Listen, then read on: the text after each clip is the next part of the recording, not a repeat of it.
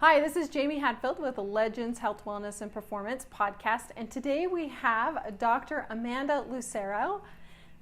She is a naturopathic doctor who graduated in 2013. She currently works at Gateway Emerging Technology Medical Center, and she is a part of the wellness division of Gateway Wellness. And she is a functional medicine practitioner as well. So welcome to the podcast. Thank you. Thanks for having me. Yeah. Tell me what type of patients you actually see that you like to see at the Wellness Center. I do a lot of women's health, but I do see men as well. I see a lot of patients who have been kind of put through the traditional medical ringer and feel, bloated, fatigued, sluggish, just not right. So I tend to do more comprehensive blood work with patients and usually find a reason as to why they're feeling that way and then get them feeling better. Are you, at Gateway, are you guys a cash paying practice or do you guys take insurance there? So a lot of the labs that we run can be billed through insurance, but in the state of Utah, naturopathic physicians are considered out-of-network providers. So if patients have out-of-network benefits, then they can, submit their super bill to insurance and we can give the appropriate diagnostic codes so that they get some coverage. But HSA and flex spending accounts are a great way for patients to pay for our services. Now, in naturopathic medicine and in functional medicine, the gut is the core of looking at chronic disease. Mm-hmm. And your specialty is chronic disease. Mm-hmm. Tell us more why the gut is so important. Well, the gut basically is the basis of 75% of your immune system, and recent research has shown that, so much supporting that whole gut-brain axis.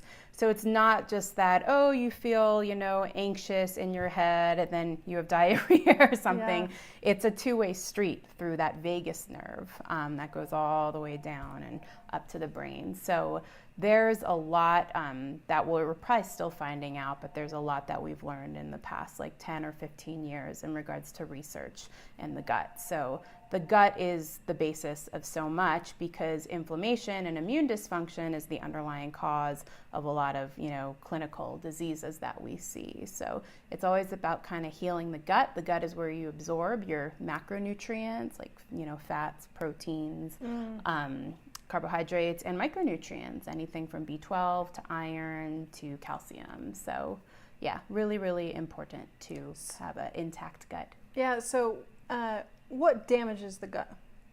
What damages the gut? A lot of stuff. The standard American diet, which is quite inflammatory, damages the gut. Long-term chronic stress, or not even, long-term stress, but just acute stress can damage the gut because it lowers something called secretory IgA that acts as a sealant for the gut lining. And when that declines in times of stress, it makes it easier for larger protein particles that are kind of allergenic to slip through the gut into our bloodstream. It causes more intestinal permeability, also known as leaky gut, which you've probably heard of because that's like a big functional medical term. And that also, leaky gut allows for more pathogens to, come into the gut and our blood. So sometimes I will find that patients have things like parasites, amoebas, things where, they didn't even have a history of foreign travel and they still have, a lot of infections. Why do you think that conventional medicine hasn't always actually looked at the gut where naturopathic functional medicine is the core? And I know that the gut is even being more looked at for irritable bowel disease, celiac disease, and they're actually attributing that in even conventional medicine. They're saying, there's something here. But why do you think it's not been researched and accepted? Well, I think, gastroenterologists, for things that involve the gut, like celiac and IBS, yes, they look at the gut, but, they just look at, IBS as a blanket diagnosis. So you go to the doctor, you've had gas, bloating, diarrhea, constipation, whatever, for a long time, and they'll diagnose you with irritable bowel syndrome. It's like, you could have probably diagnosed yourself with that because, yes, my bowel is irritable, duh. But there's a lot of research showing that, at least 60% of IBS is infectious in origin and due to overgrowth of bacteria in the small intestine, where there's really not supposed to be too much of, and motility issues because that bacteria should be kind of driven down into the large intestine. But in terms of, other conditions that one might think are not based in the gut, but ultimately are, like, psychiatric disorders and autoimmune conditions, ones like not even like ulcerative colitis or Crohn's, ones like rheumatoid arthritis and things that you wouldn't immediately think of the gut for. It goes back to that, immune system and how most of it, stems from the gut. So I think that conventional doctors, it's not necessarily their fault, but they're trained to kind of look at things with tunnel vision because that's their specialty. So they're kind of just forced to look at one region of the body. A rheumatologist is not going to go studying the gut. They already have their arsenal of anti-rheumatic drugs for joint pain. And, unless they're really, really savvy and open-minded, it's hard for them to kind of, get to the underlying cause of things. Okay, so I know, why did you choose, I want to go back just about you for just a second. Why did you choose naturopathic school over regular medical school? I almost went to regular medical school. I almost applied, but I was in the fitness industry for about 15 years before I became a doctor. So I was in the fitness industry then, I guess, for about, if I'm doing my math correctly, maybe like 6 years before I decided to become a physician. I had an undergrad in something totally unrelated, sociology and dance.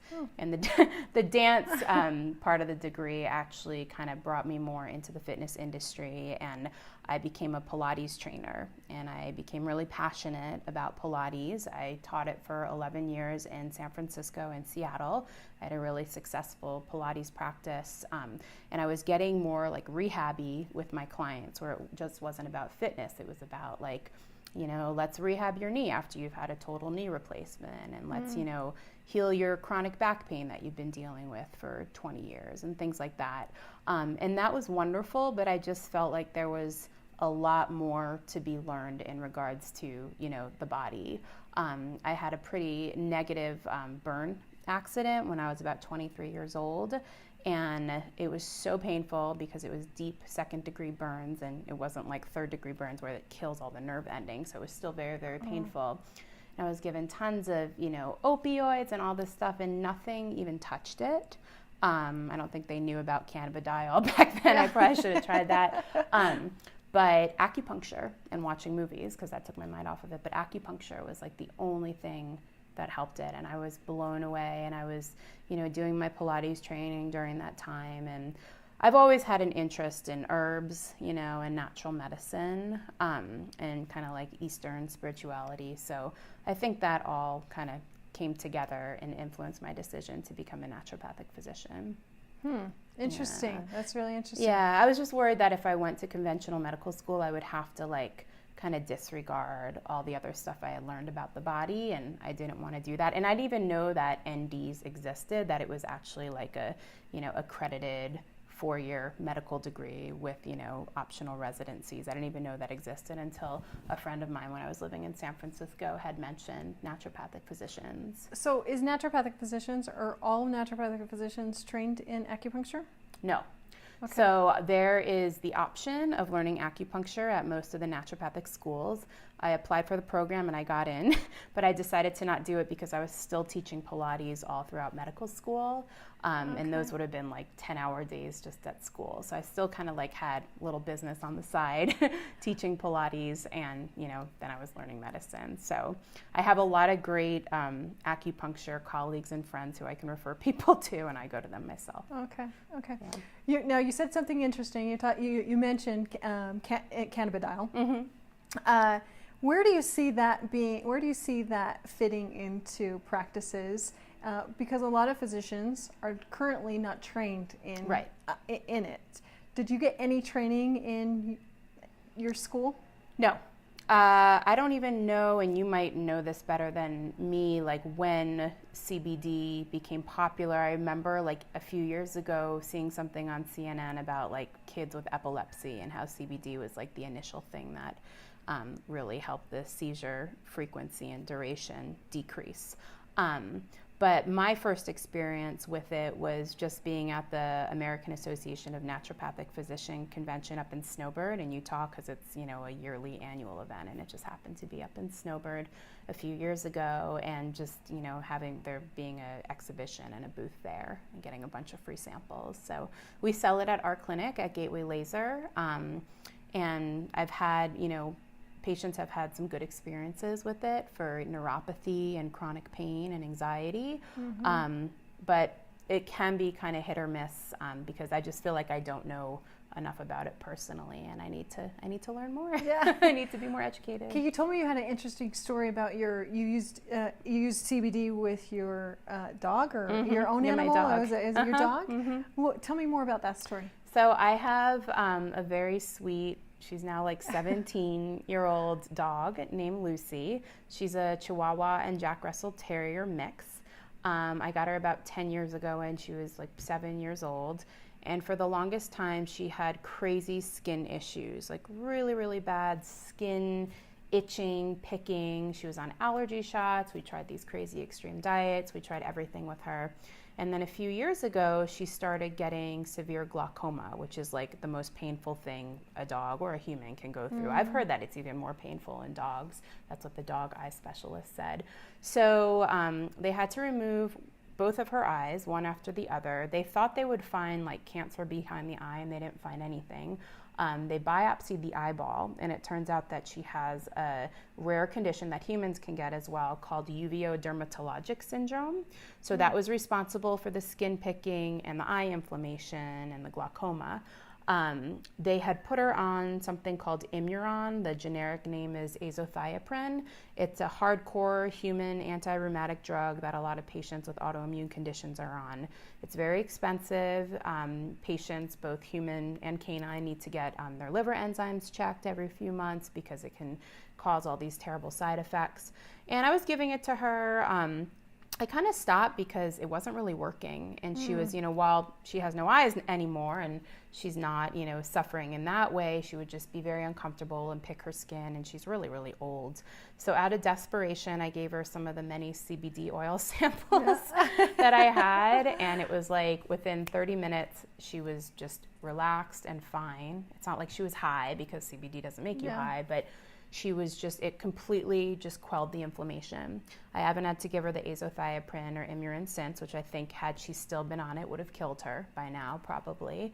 And we use CBD frequently with her, and I almost feel like we've done like a loading dose for her, so she doesn't even need it as much anymore. I feel like it's really, really healed her and helped her tremendously, because she was just keeping us up at night, picking her skin, and so uncomfortable. I mean, we probably would have had to put her down, and knock on wood, she's old, so she's probably not going to be around here for much longer, but it's been like just a lifesaver. I have strong feelings about it. So how much does your dog weigh, and how many milligrams are you giving her? She weighs 19 pounds, and I'm giving her probably up to like 6 milligrams a day. So it's a good dosage. She needs a lot. Yeah. Okay. Yeah. But sometimes we don't even give her any during the day.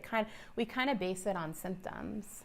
And are you putting it directly in her mouth, or are you actually putting it on her I'm food? putting it in her mouth or on her food. She doesn't mind the taste. Okay. Yeah. I've used a bunch of different brands with her. Yeah.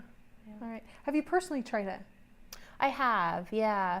I don't really notice much of a difference, and maybe I'm not dosing it enough. Like and I haven't tried it consistently, for like a number of days at a time. I've just like taken some samples and Yeah, I didn't really notice anything.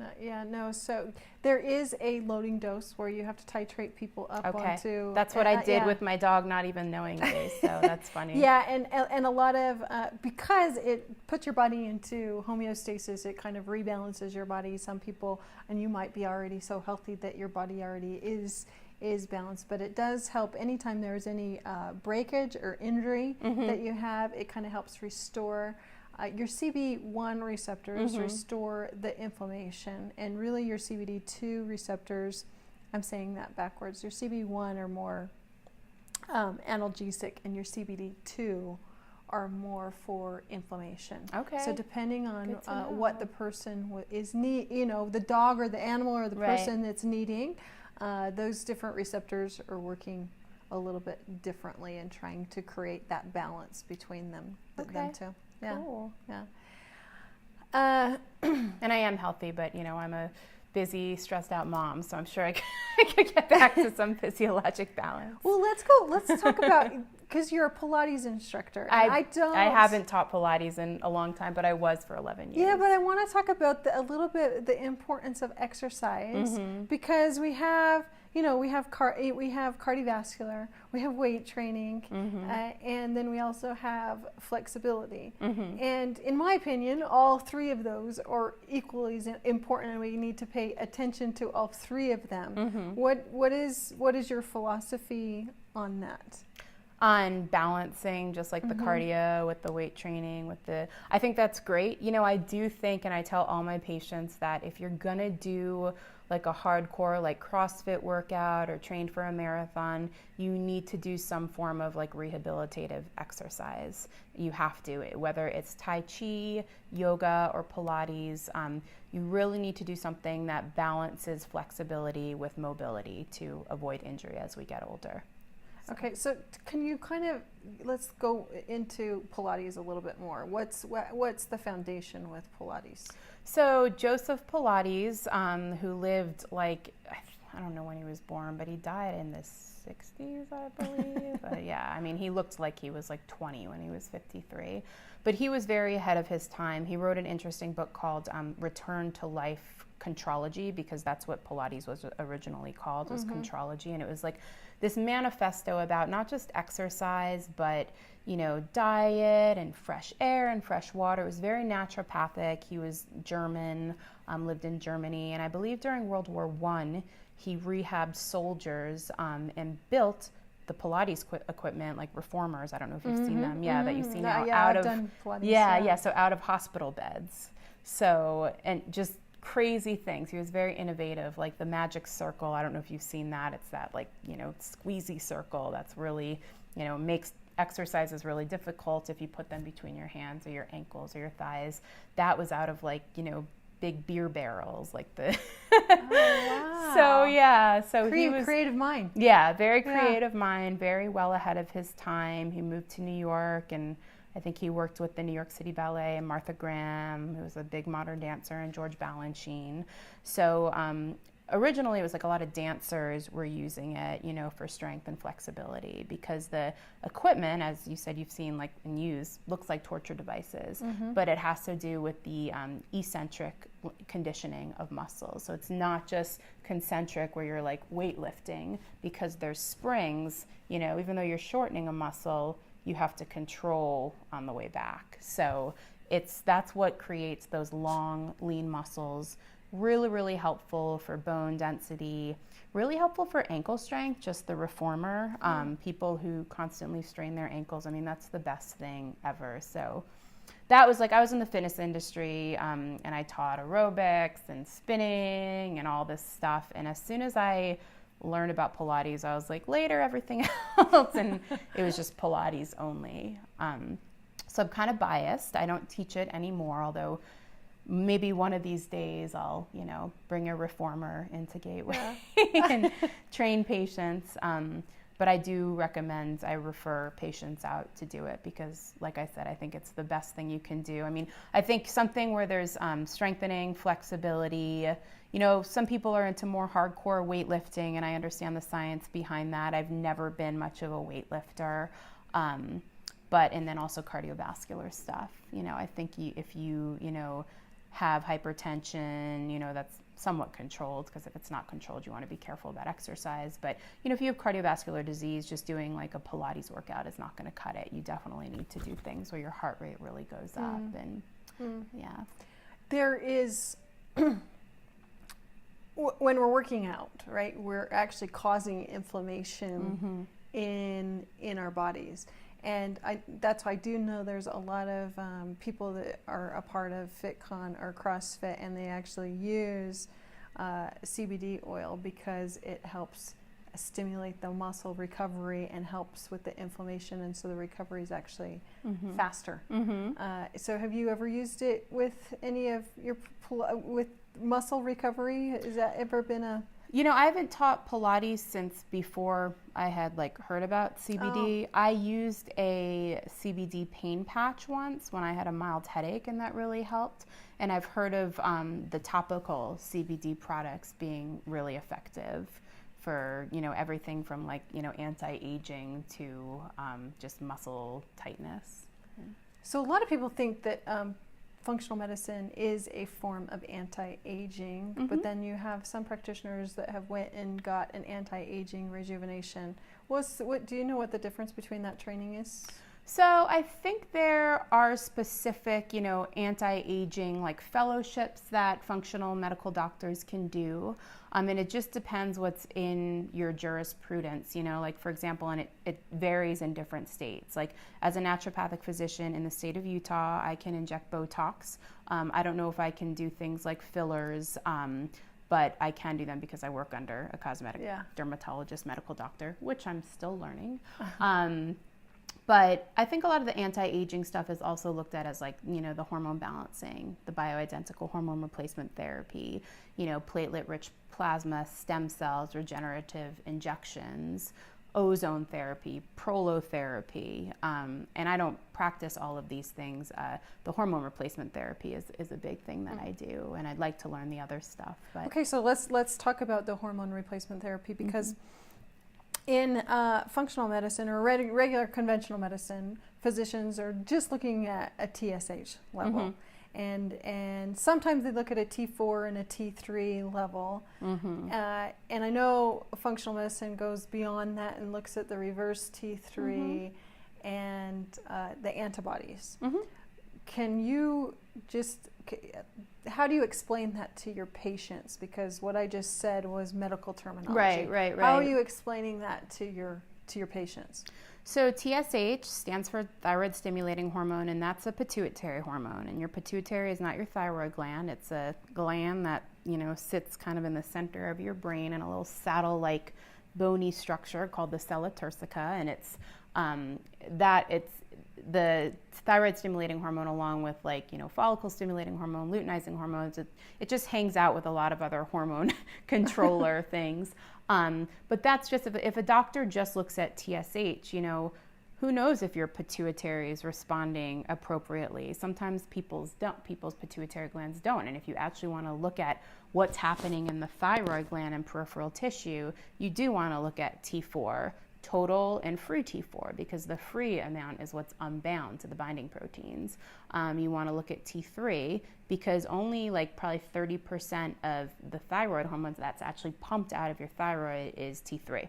The rest of it is T4. T4 is less metabolically active, more abundant in our bodies, but has a longer half-life, whereas T3 is kind of the stepping on the gas pedal.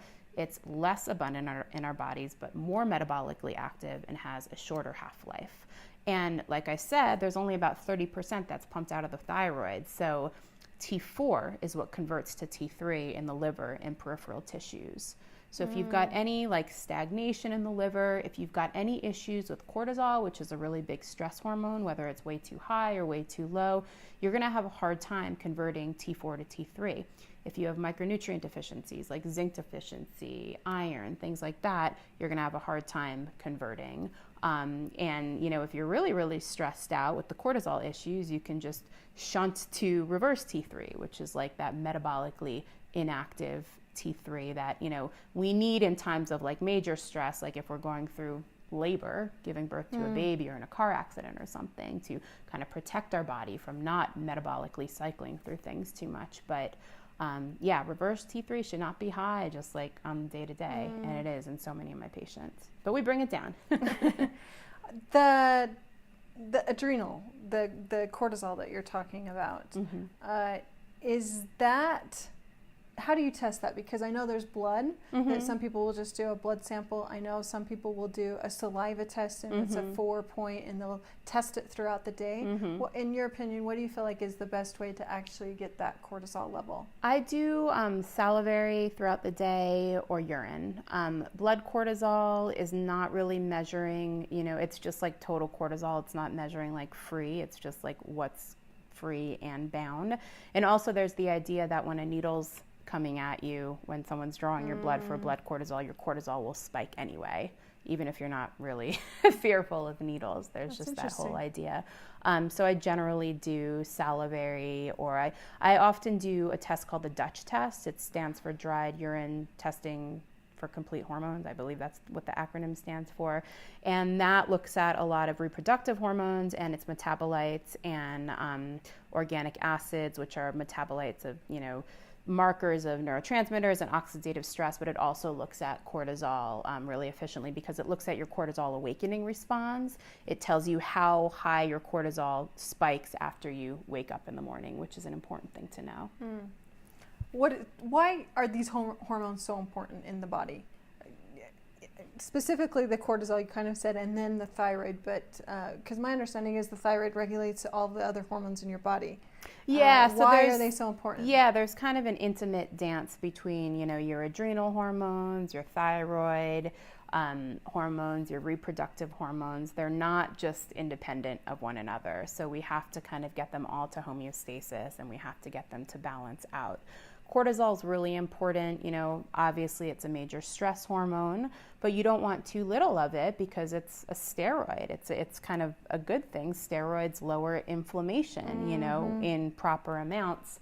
Cortisol also raises your blood sugar, raises your blood pressure, can raise salt, levels in your body. So you definitely want to be mindful of having not too little cortisol, because that'll make you feel funky, and not too high cortisol. I think in the United States, because we look at everyone as being like hyperlipidemic, hypertension, fat, things like that. We're always thinking of excess cortisol, but it's not that simple. There's a lot of people whose adrenal glands are just shot and don't have enough cortisol. And sometimes I have to put patients on things like hydrocortisone or licorice extract, which potentiates the internal production of cortisol in the body.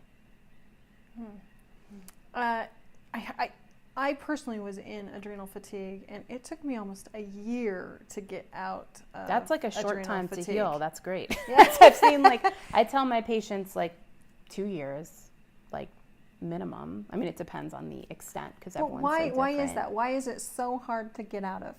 It takes a while to kind of heal and recover. Sorry, that's my phone.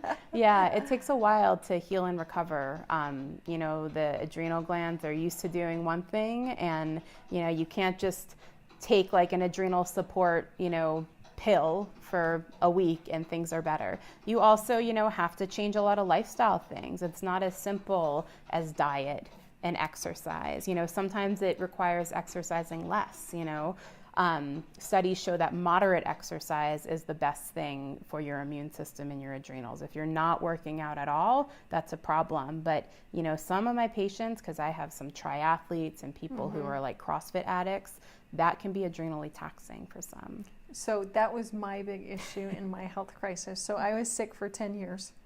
And the way that I chose to cope was through exercise. And I would exercise sometimes, I'm not kidding you, 6 to 8 hours a day. That was where I found my freedom. Yeah. But typically it was this consistent 4 hours. I would do 2 hours in the morning, 2 hours in the afternoon.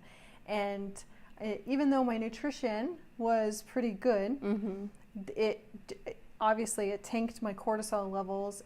But even with my nutrition, not knowing about functional medicine at that time, there was things that I was putting into my gut that was causing inflammation. I was eating grains. I didn't know grains was bad. I was occasionally, I didn't eat a ton of dairy, but I was eating dairy. How important is the nutrition aspect with all the lifestyle changes? It's important. I'm definitely a kind of middle ground person. So for someone who works out 4 hours a day, maybe you still shouldn't eat grains, but I wouldn't want you on like a keto low carb diet. I believe that, some carbs are essential, especially for someone, because that's basically an athlete. Yeah. That's like an Olympic athlete. I definitely look at longevity and compliance and adherence for patients. And so, if I find it hard to tell a patient to remove so many foods at once, you kind of have to meet them where they're at. If they've been living on the standard American diet, and that's like a big part of their life, if they work in the food industry, it's going to be hard to tell them to do like paleo, gluten-free, dairy-free. I am a huge, believer of food being medicine, and I think that's a big part of it. But I also think you're not going to totally ruin all your progress by having like a gluten-filled, sugar-filled cupcake one night, for your kid's birthday. Yeah. So, you'll probably feel like crap the next day, but it's like there's that balance that I believe in. So do you believe that they need to do an elimination period for 30? I mean, because you hear a whole 30, you hear right. of 30 days, go on an elimination diet, eliminate it, and then you can reintroduce it. And for me now, occasionally I do have cake, and I right. do have, because I feel like my gut is in a stronger right. place. Right. And I do pay, but there's a cost. Oh yeah. There's a cost yeah. to when I do eat a slice of bread. There's a cost. I get Achilles tendonitis, plantar fasciitis. Can't get out of the bed in the morning. Walking to the bathroom in the morning is just challenging because I'm inflamed. So do you instruct your patients to do a strict elimination? So period? I generally, because I don't just kind of go through the main contenders of the allergenic foods, like I will actually do food allergy testing with my patients. Okay. Because, I wish it was as simple as like corn, gluten, dairy, soy, peanuts, but it's not. Sometimes it's like avocados, something that a patient's been eating every day. I know that would be like tragic for me and my family. But, a lot of times it's like foods that we're eating too much of, because our diet is not well-rounded enough, which is tricky because it's like, I'm not talking about a well-rounded diet that includes inflammatory foods, but that's why I like to get more specific and actually do food allergy testing on someone. And if it looks like they're allergic to everything, that's a sign of leaky gut and gut permeability issues. And like you had said, do the elimination diet for at least 6 weeks, systematically reintroduce the offending foods. What's ironic is my patients feel so much better after removing the foods that they were allergic to, which aren't always the main contenders. A lot of times it's gluten and dairy, but sometimes it's like bananas or just random things that they are too scared to reintroduce the foods. And kind of, I'm all about like having a well-rounded diet. It's kind of like for my SIBO patients, I don't know if you're aware of that condition, small intestine bacterial overgrowth. After I put them on rifaximin, which is a antibiotic specific for that, and neomycin, or just herbal antimicrobial therapy, if they're able to do it that way. Unfortunately, some people aren't. And then we put them on a low FODMAPs diet, so these foods are low in the sugars that the bad bacteria in your gut will eat and ferment. Some of these patients want to stay on a low FODMAPs diet, which is not meant to be stayed on long term, because you need, biodiversity in your microbiome from the foods that you eat. But they feel so much better on this diet. So sometimes it's about just kind of, adding in a few things at a time, seeing how you feel. I don't believe everyone should eat cake every day. I don't believe anyone should eat cake every day, but just I like to be kind of middle ground about stuff. With SIBO, I've heard a lot of, or I've heard that usually that's based because they have candida, and they really kind of need to eliminate sugar because sugar's fed from candida. Is in your experience, is candida been the main cause of SIBO?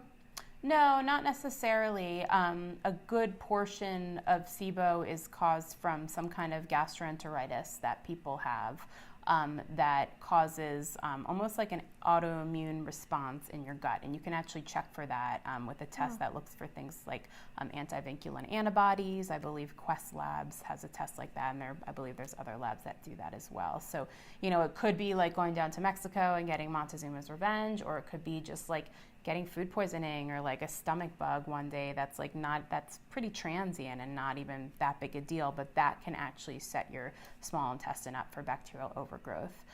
It can also be from, functional or structural issues with motility, like people who have a condition called Ehlers-Danlos syndrome, which is a disease of connective tissue. It affects one's motility, so people are not able to kind of empty the bacteria from their small intestine further down.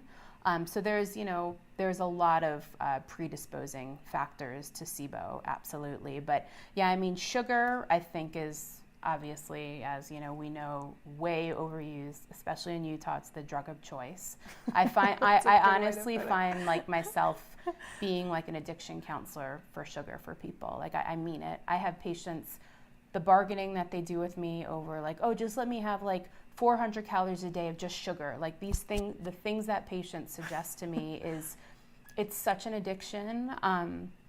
And I love dark chocolate, I definitely eat that frequently. I like the non-sugar kind, not with the sugar alcohols, but they have a really good one at Trader Joe's that's just like literally like 99% dark chocolate. Oh, wow. Yeah. So I don't even like milk chocolate, but like I can't relate, and I wish I could relate to it more, that the sugar addiction, it's just, I try to, reassure my patients that the less they eat it, the less they'll want it.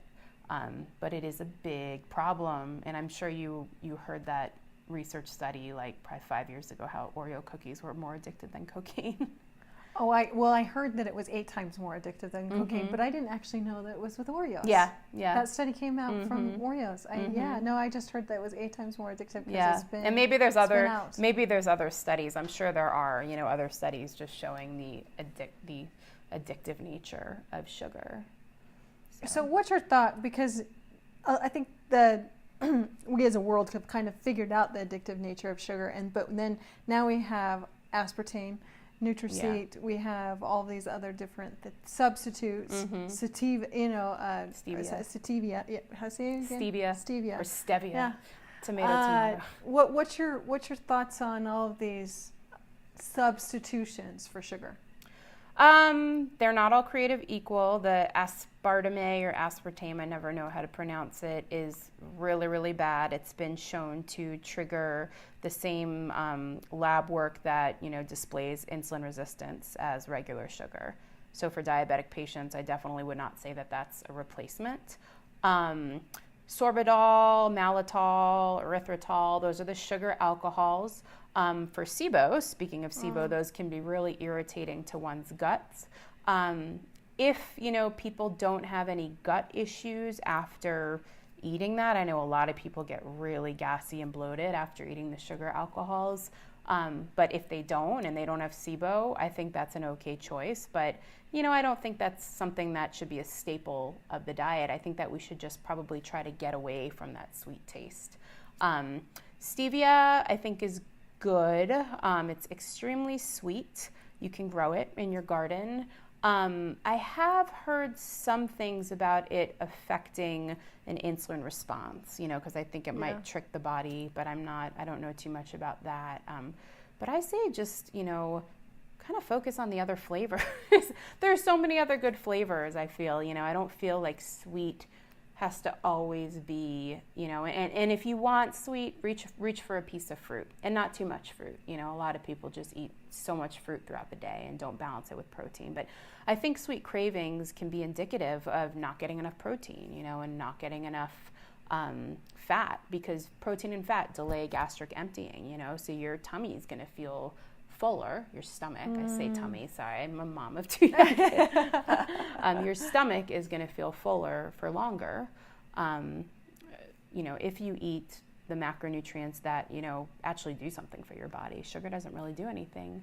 Well, there's been a shift. There's been a shift even in the latest research, medical research, functional medicine research, in eating a higher fat diet. And now we're being swayed to a higher fat. I remember as a teenager, everything in our house was fat-free. It was a fat-free snack yogurt. Wells, everything was fat. Everything was fat-free. And at the time, I thought even skim milk, right, versus just regular milk, I turned to, because I thought that was a healthier alternative, because that was what marketing was telling me was a healthier alternative. But now there's a lot of different studies out with the importance of fat intake. So how do you guide your patients on the fat intake and the protein intake? I think it depends on what their goal is. If someone wants to do like a straight up ketogenic diet, which has been shown to be beneficial for some, and be really strict about it, you want to go below 20%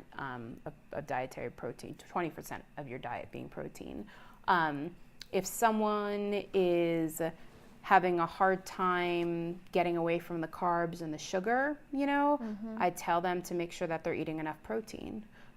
If someone has really high cholesterol, even though we know that eating dietary fat doesn't, automatically give you high cholesterol, we do have tests to see if you are a hyper absorber or a hyper producer of cholesterol at our clinic. So we're able to actually see where's the cholesterol in your blood actually coming from.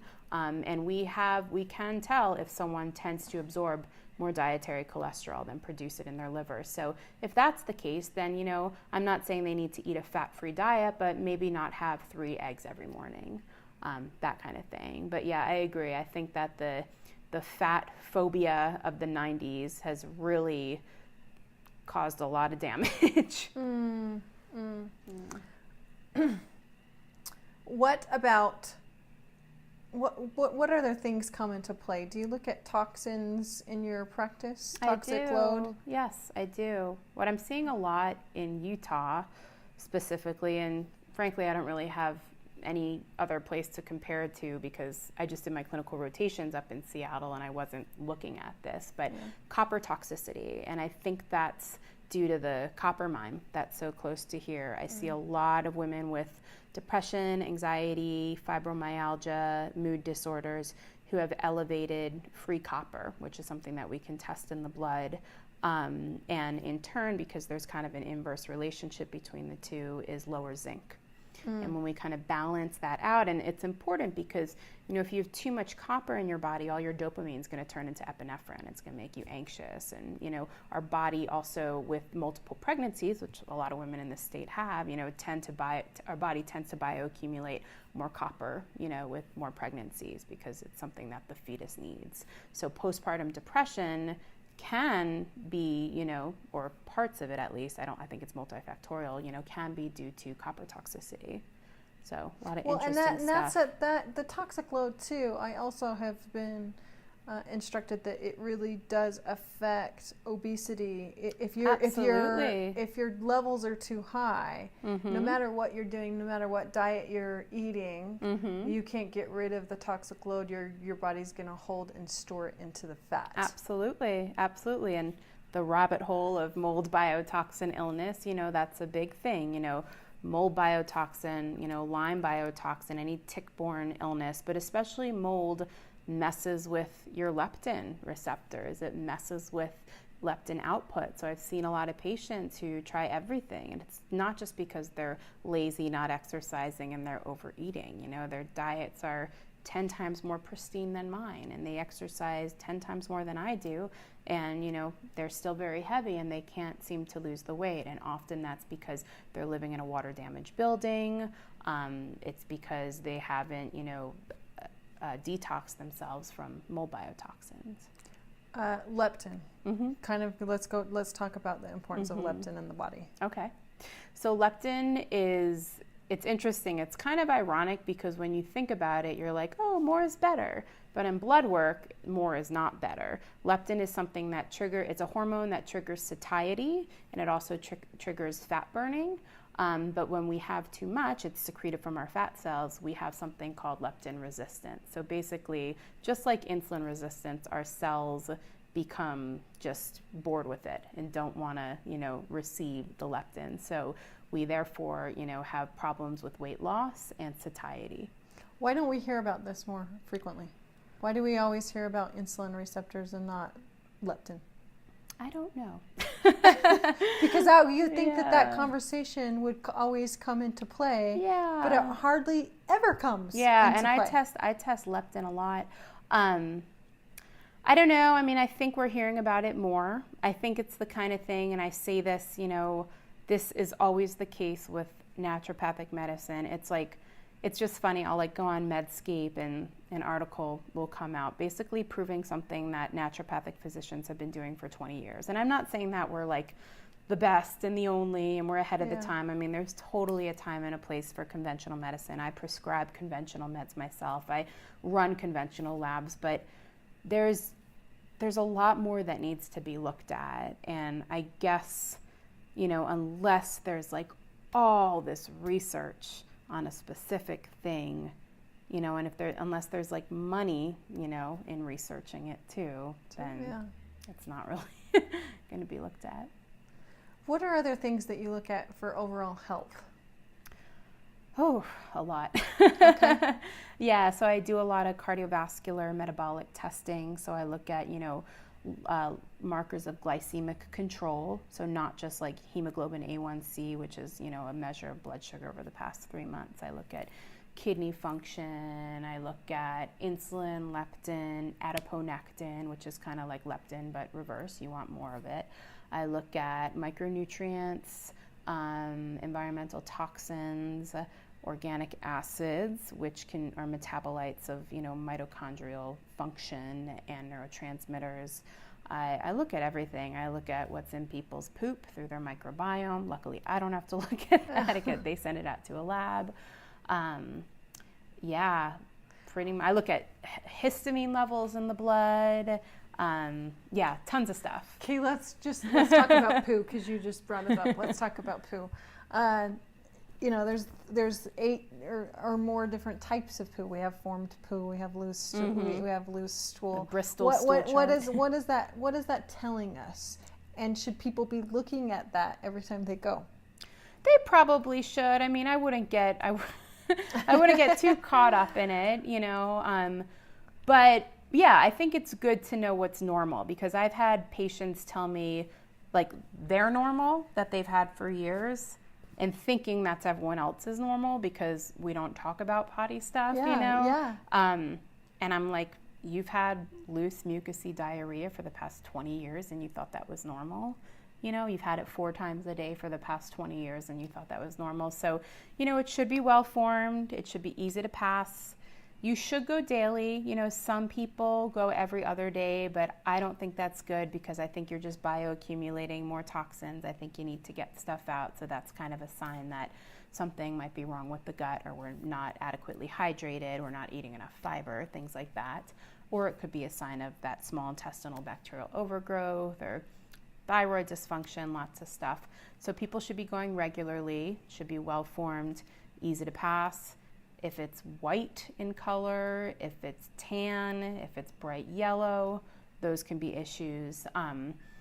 But yeah, it should, and also when you wipe, not to get too graphic, it should be pretty clean, So, a lot of people have problems with hemorrhoids and rectal issues and, anal fissures, and, so that can be a sign that there's some things that are off. I think that was actually quite helpful, because I tell most people, I'm like, you need to be looking at your stool just to see what's going on, to see if you need to make a change. One of the things I will tell people, because a lot of times, occasionally even myself, I'll get dehydrated and I forget drinking my water, and then I notice my stool is kind of maybe looks like an elk shape, or like an elk poop or a deer poop, because it comes in little things, and I'm like, oh, Jamie, you got to make sure that you actually drink water. Yeah, and I would recommend, like, it's just on my mind because I'm potty training my youngest, but like, parents looking at their kids poop, because it's obviously easier when they're in diapers or potty training. I'm not, asking to look at your 10-year-old's poop might be a different story, but like, when you're, changing your kid's diaper, like what their poop looks like, and depending on if you're breastfeeding them or if they're formula fed and what they're eating. But like, if your baby has pellet stools, like little deer poops, I think that's like elk poops, like every day, that's a sign of something, so just to kind of be aware of what's normal and what's not. What's your thoughts on breastfeeding versus bottle fed, just because you just brought it up? Yeah, I am still nursing my nearly 3-year-old every night. I'm not super proud of it. It's hard to wean her, but I'm a big advocate of breastfeeding. The World Health Organization recommends that women breastfeed their children for at least the first 2 years of life. Not only is it protective for the child's immune system, for obesity and diabetes risk in the kids, but also for the mother, it's highly protective against breast cancer. I also do get a little triggered when people say breast is best, and because I feel like that inherently makes the women who have had a hard time breastfeeding feel bad about themselves. So, a practitioner a while back told me, successful breastfeeding does not mean exclusive breastfeeding. The best thing you can do is have your child get your colostrum after they're born. Do the best you can. I think that lactation consultants are a great resource to use, even though I've had a few patients complain that the ones at hospitals are too pushy, but I don't think they're being pushy. I just think that they want you to get the best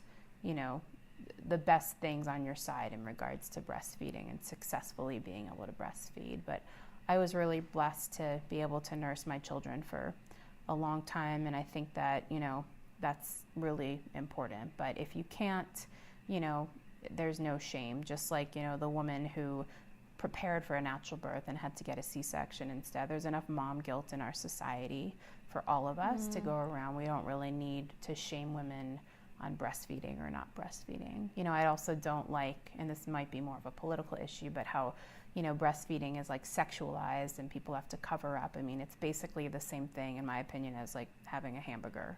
It's like, that's the child's food, so it shouldn't be, cover up if you want, but if some kids don't like the cover on their head, and it's hard for them to breastfeed anyway. So I just think that it's food. Kids gotta eat. Okay, we haven't talked about sleep. I know sleep comes into a big play with functional medicine. What do you advise on sleep? I advise, and I'm not always good at practicing what I preach in this area, for sure. I'll be the first to admit it. Good sleep hygiene. So that means, limiting screens for a couple hours before you go to bed, which is, I will admit, the hardest thing for me to do. I mean, I'm on point with my diet, exercise, supplement, meditation, everything. The social media, the screen time before sleep is very, very difficult. That's like my one little advice, but I got to get over that. And just, reserving your bedroom, your bed for just sleep and sex and nothing, not like, studying or eating or like, because then it has this like kind of more, this energy of, you got to do things. So, having that nice hygiene, sleep hygiene. If you read before bed, try not to have it be on a screen. Try to have it be in an actual book, in a peaceful book, no true crime mysteries prior to going to sleep. You can have a nice ritual with like an Epsom salt bath. And, there's, at Gateway, we have so many sleep supplements, which can be really, really helpful. I think a big underdiagnosed epidemic is sleep apnea. So I feel like that is something that, people need to get checked out if they are told that they snore by their spouse or anyone else, if it runs in their family, if they're overweight. But people who don't snore and people who aren't overweight can also have sleep apnea, because that is, you're basically, starving your cells of oxygen for 8 hours of every day, and that can lead to many, many health issues. There's also different kinds of sleep issues. There's just insomnia going to bed, and then there's problems with staying asleep. A lot of people who have that adrenal dysfunction that we discussed earlier wake up at that witching hour, we call it, that's like between 2 and 4 a.m. and have a hard time getting back to sleep. So we've got a lot of remedies for that. And there's a lot of like neurotransmitter metabolites that we can test for that as well. We can even look at melatonin levels. Now, have you studied genomics? How does that fit into your practice? So I can have my patients go do 23andMe. I've set up an account with a lab called DNA Supplementation, and they do like a lot of the genomic testing. But I have a big interest in SNPs, the single nucleotide polymorphisms, all the genetic variations, and how they can affect our lives. So yeah, I think that's like a big part of the future of medicine, and I really love geeking out and just interpreting my patients' genetic variations. Okay, so you do IV nutrition at your clinic, correct? A lot of people have a lot of confusion about IV nutrition versus just eating it from their own food and oral supplementation.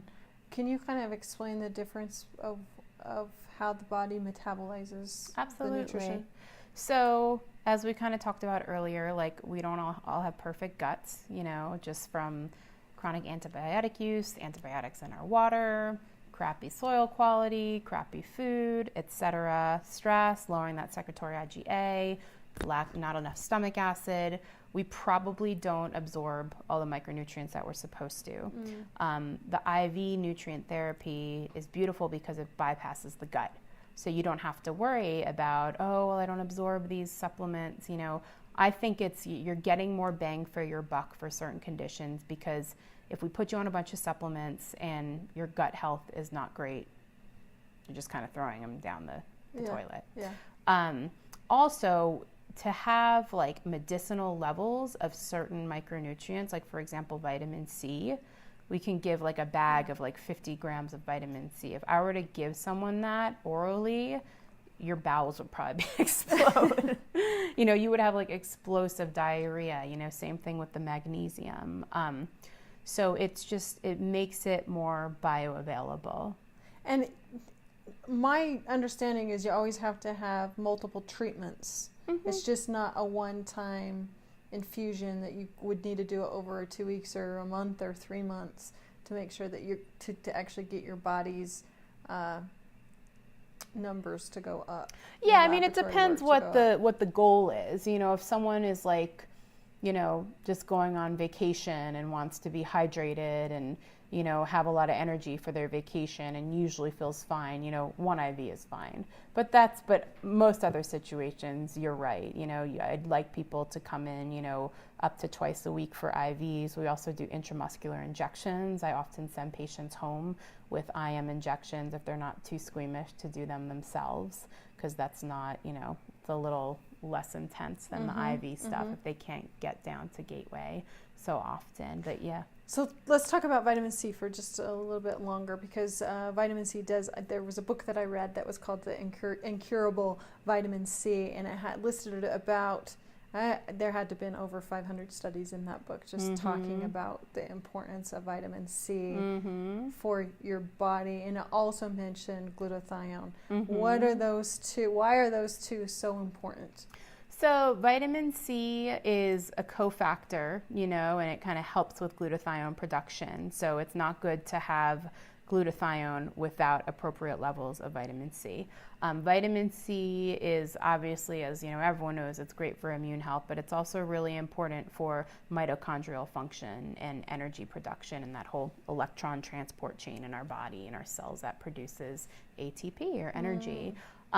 It's really interesting. It's antioxidant in lower doses. It's pro-oxidant in higher doses. So if they're trying to do things like kill cancer cells or kill certain infections. Really, really high dose vitamin C can be helpful. Glutathione is our body's most powerful antioxidant. It's produced in the liver. We cycle through it way too quickly in times of stress or when we're exposed to a lot of environmental toxins. And some people have genetic defects or genetic variations where they cannot reduce glutathione to a usable form. So they can't, we'll get real sciencey here, they can't take GSSG down to GSH. And that can be a problem for patients who are being exposed to like environmental toxins, aren't we all?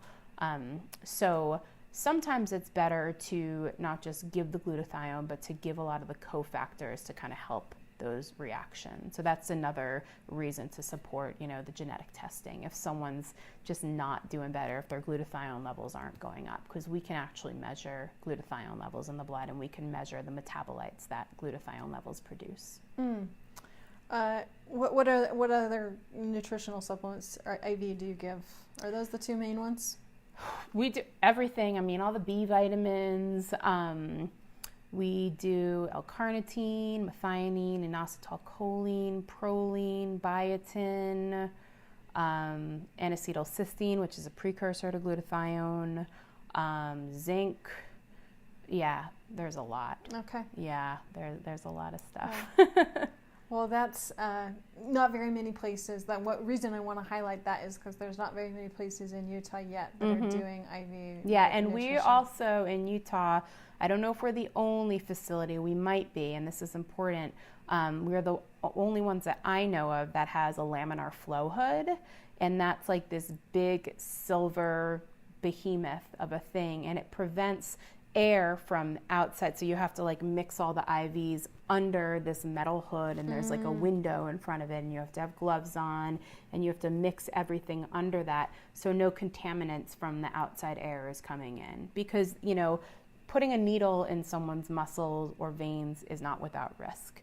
So the last thing we would want to do is cause an infection, because a lot of our patients are already immune compromised. So that's kind of one extra level of protection that we have. And I don't know how many other places have it. No. What else is unique to Gateway?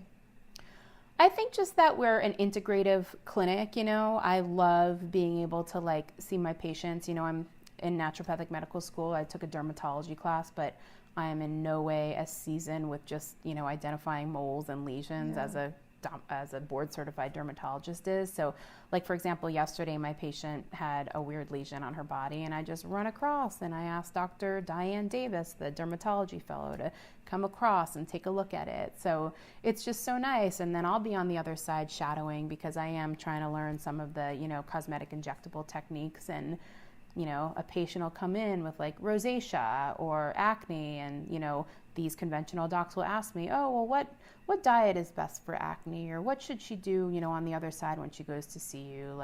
What testing should she do, to look at why she might have the acne? So I really like how there's this mutual respect and admiration for, both functional and conventional medicine, because usually we're pitted against one another a lot. And yes, I have come across a lot of MDs who are super dogmatic and not open-minded and not tolerant of what I do and think I'm a total witch doctor. Okay, that's fine. But then I've also come across a lot of naturopathic physicians who might think that I'm, dirtying our profession by prescribing a statin if I feel like I need to. And, for example, statins I prescribe, probably I can count on one finger. But if someone has familial hyperlipidemia, which is a genetic condition to cause extremely high cholesterol, I'm sorry, I don't believe that just, diet and exercise is going to cure that. Big pharma is here for a reason, a lot of bad reasons, but, I feel like there's a time and a place. I do put patients on antibiotics. If they have a real virulent strep infection, you don't want it turning into, rheumatic heart disease or neuropsychiatric issues associated with strep. So I always look at benefits outweighing the risks. And I think because of that, I've excelled in a conventional clinic, and now they have this wellness side. And so I just like that mutual respect and admiration. And we've got the aesthetic stuff, the beauty on the outside, and also the wellness stuff, the beauty on the inside. And I think, if you want to feel young and look young for a while, you got to do both. I agree with you. James Maskell with the Evolution of Medicine, he always asks his person that he's interviewing, if we were to start healthcare from scratch, what would that look like to you? Oh my gosh, wow. Healthcare from scratch. I don't know, I just had this image of like an 8-year medical school where it's like conventional and naturopathic medicine. Well, that would probably only be 6 years because the first half of my medical education was very similar to conventional docs. I was digging in cadavers and learning the biochemistry and physiology and everything. Wow, I think healthcare from scratch, I don't know, I'm going to get political again. I think, student loans needs to be revised because, physicians are being pressured to go into medical specialties because that's more lucrative, so that they can pay off their exponential student loan. So I think that's really affecting the medical field. But medicine from scratch, wow. Just because, we have some issues with insurance companies. We have, with the physicians not looking, like you were saying, at a systems biology approach, which we're becoming so specialized.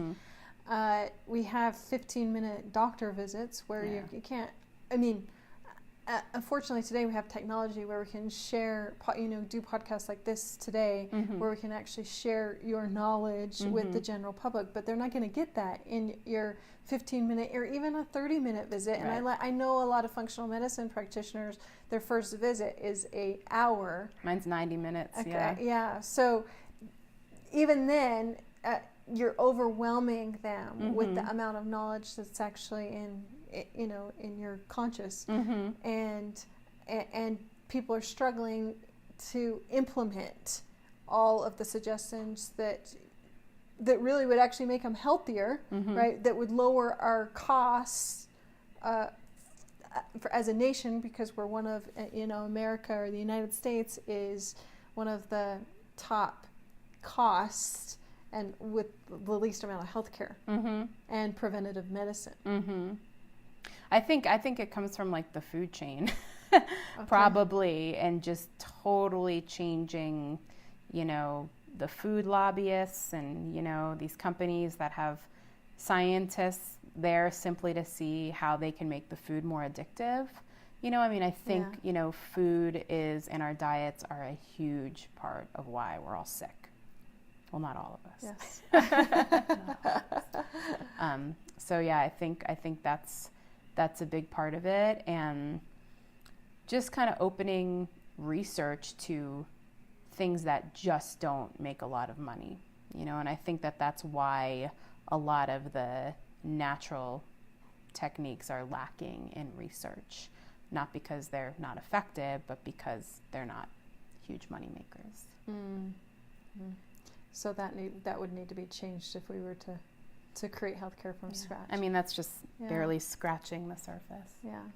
Well, thank you so much for your time today. Yeah, thank you. And so people can find Dr. Amanda Lucero at Gateway Emerging Technology Medical Clinic. And where's that located, by the way? So it's in the Gateway. It's part of Gateway Laser and Aesthetic Institute. It's gatewaylasercenter.com. I have a website, dramandalucero.com, and on Instagram, I'm at Dr. Amanda Lucero. I also have a Facebook page, but I don't know how to use it.